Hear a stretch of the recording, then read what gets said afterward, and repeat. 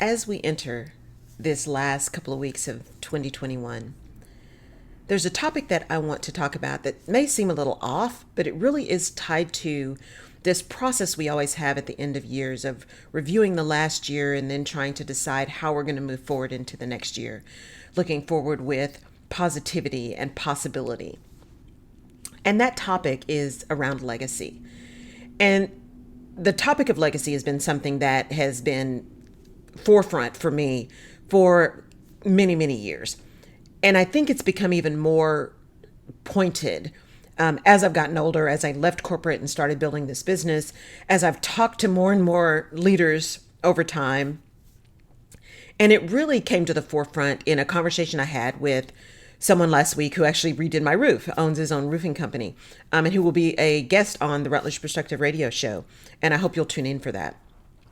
And it's all about how do we, not only how do we show up, but what do we leave? What do we leave? How do we know that our time here was spent well, that it was a purpose and that we made an impact? And so that whole idea of what is legacy gets to be really pointed. And y'all know how key I am about and pointed I am about words. Words matter. And this word legacy is often tied to just big stuff, right?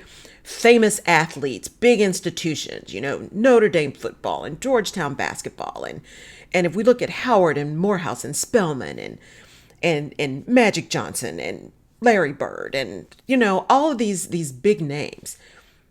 And legacies can be good and they can be bad, right? You can be a Warren Buffett or you can be a Bernie Madoff.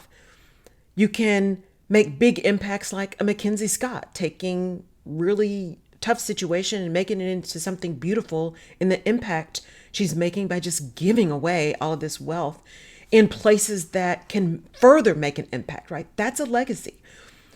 But we almost feel like in order to be a legacy, you have to be big or be famous or have tons and tons of money to be a legacy. But is legacy all about being, or is legacy about creating and doing? And I would argue it's the latter. I would argue it's the latter. For those of us who don't have kids, right? Who have not had that blessing in our lives, that idea of, who am I going to leave stuff to? Right. And don't get me wrong. And we can have this conversation at some point too about the whole pressure of single, no kids and what that means in corporate and the additional pressures of that. But the choice of whether or not you want to have kids and whether or not that is your choice, if you don't have them, that whole idea of, well, who are you leaving stuff to? What does your legacy look like? Because there's no traditional passing down because there's no biological people to pass it down to. What does that look like? And so we get caught up in this traditional sense of what legacy means. But I truly, truly believe that it is so much more about impact.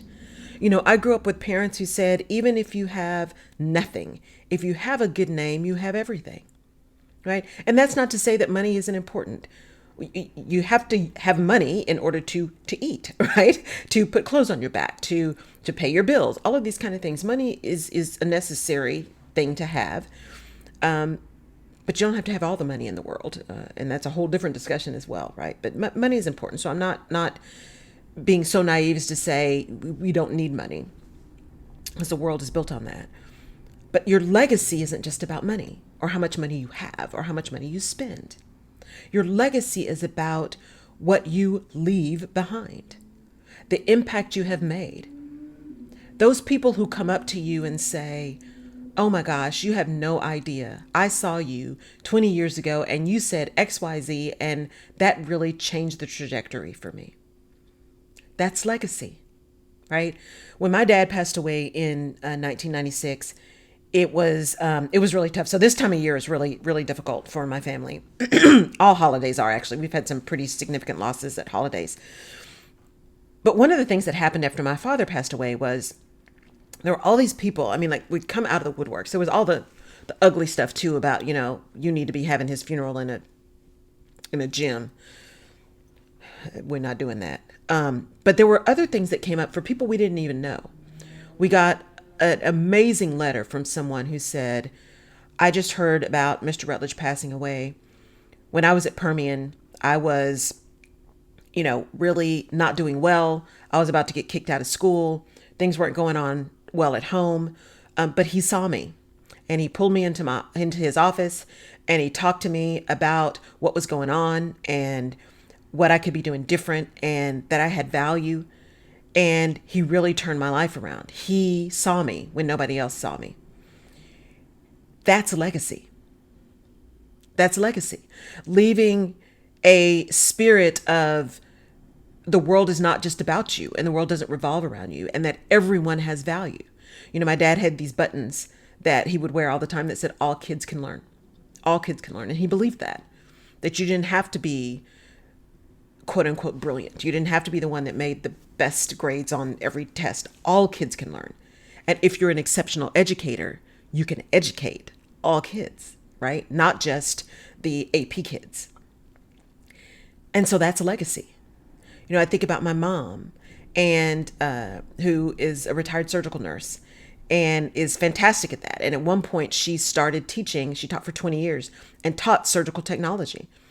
And the students that she still runs into in town who are like, oh my gosh, I was in your class. And because of that, I knew how to do XYZ. And I remember laughing with my mother because she is a stickler for spelling. My sorority calls her Sora Spell Check. She's a stickler for spelling. And she would get so frustrated at folks who couldn't spell stuff and how they would show up and how they would do instruments. And she was all about paying attention and showing up well and being in the moment and understanding that there was someone's life on that table and you were going to be masterful at your craft because you needed to be the right hand of that surgeon. He or she needed to be able to rely on you to know your job, right? To make sure that all of the instruments were accounted for. You weren't leaving something in somebody, that kind of thing. A legacy of excellence. And so that doesn't mean you have to be famous. You don't have to be a billionaire. What it means is, in my mind, in my perspective, is that legacy is about understanding that it's more than about you. That it's about service, that it is about making an impact in your corner of the world, wherever that is, and in however manner you can do that. Maybe that's just being kind to somebody one day. Maybe that is seeing that employee that is always quiet in a meeting, that seems to be struggling, that's always there early, always there late, really doesn't have much to say, and just taking a minute and stopping by the office or the cubicle or calling them in and just saying, hey, just want to check on you. We're not talking about work. We're not talking about a project. Just wanted to see how you're doing, right? Seem like you're awfully quiet. Just want to make sure things were good. If there's anything we can do to be of support. That's legacy, right? You're seeing someone outside of you. Are you able to spend resources supporting someone else? How do you help teachers? How do you help students? Are you giving back to folks who were damaged or had damage in disasters, right? What is your thing that says, yes, I'm doing things to support me and to support my family, because that is important. That's also a part of my legacy. But legacy is also about quote unquote kingdom building, right? It is about being and doing things that have absolutely nothing to do with you and how you're going to be rewarded, but how you're going to impact someone else. There is nothing more rewarding to me than having people reach out and say, oh my gosh, you just have no idea. This is what I needed. I saw this and I look forward to listening to you every week. Because honestly, I'm speaking from my heart. I'm speaking from my experience, right? This is 30 years of madness that I'm speaking from. But I also know for me that there are just messages that you need to hear and they show up when you need to hear them and when you're ready. And if I can be a vessel for that, where someone who is in that madness thinking they must be crazy. This job is just miserable. This is not where I want to be. This is something that's just, there's got to be something better. That one, there is.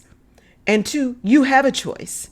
And three, they are not going to be able to make you believe that you're crazy, because you're not crazy. The situation may be a little nuts, but you're not crazy.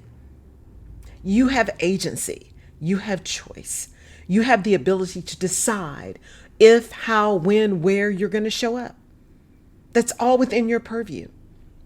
And so if I can leave a legacy that says people have choices and it's important to have courage. If I can encourage HR people to have courage, because I'm telling you, if you don't have courage, I need you to find something else to do, because people are relying on you to speak truth to power, to call it out, to lift up, to align. It is important. And if not you, who, right? Of all the people in the organization, HR has got to be the conscience of the organization. We don't own the culture, right? We don't own any of that. Managers own that. But we have to be the beacon for alignment, where words align, right? And actions align. And we speak truth to power. And if I can leave a legacy of courage, right? Of encouragement, of building trust, of speaking truth, of being honest, of being humble, of being able to say, you know what? I screwed that up. I'm going to apologize and make it right. If you can leave that legacy, then that impact you have made will go on for generations, right? Because you never know who is watching. You never know that kid who saw you have a conversation with someone else, who saw you address that other child who is having an absolute meltdown, and you address them with kindness and support. Clarity, right? Because it's not unkind to be clear. And sometimes tough love. But that you saw them. You never know who's watching that. That time that someone asks you a question and you actually respond with an answer, or you say, you know what? I have no idea, but I'm going to find out. And you didn't pretend. You made it okay for that person to not know. And you encourage them to find out, because that's part of your legacy. I don't know, but I'm going to make sure I do my best to figure it out. And you know what? I made a mistake this time, but I'm not going to make that mistake again. I'm not perfect, so I will make mistakes, but I try not to do the same thing over and over again. I try to learn. I know I don't have a poker face. I know I don't. And I know I'm not going to work to get one.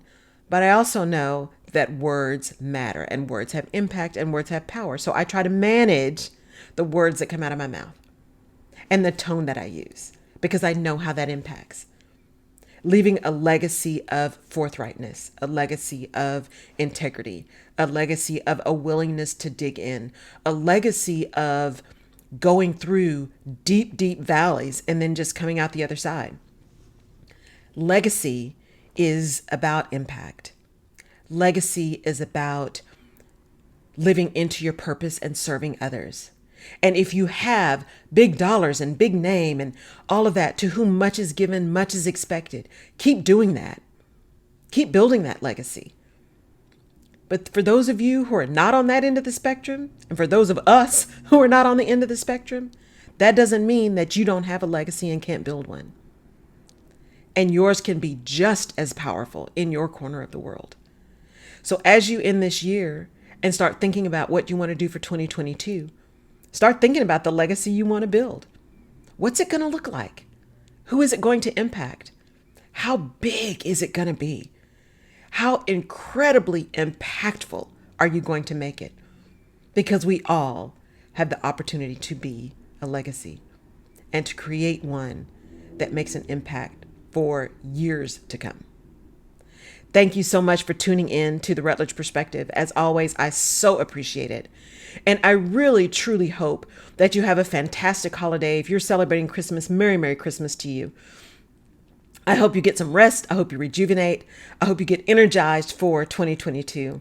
I am claiming that it is going to be a fantastic year. Have a great one, and we'll catch you next week. Take care.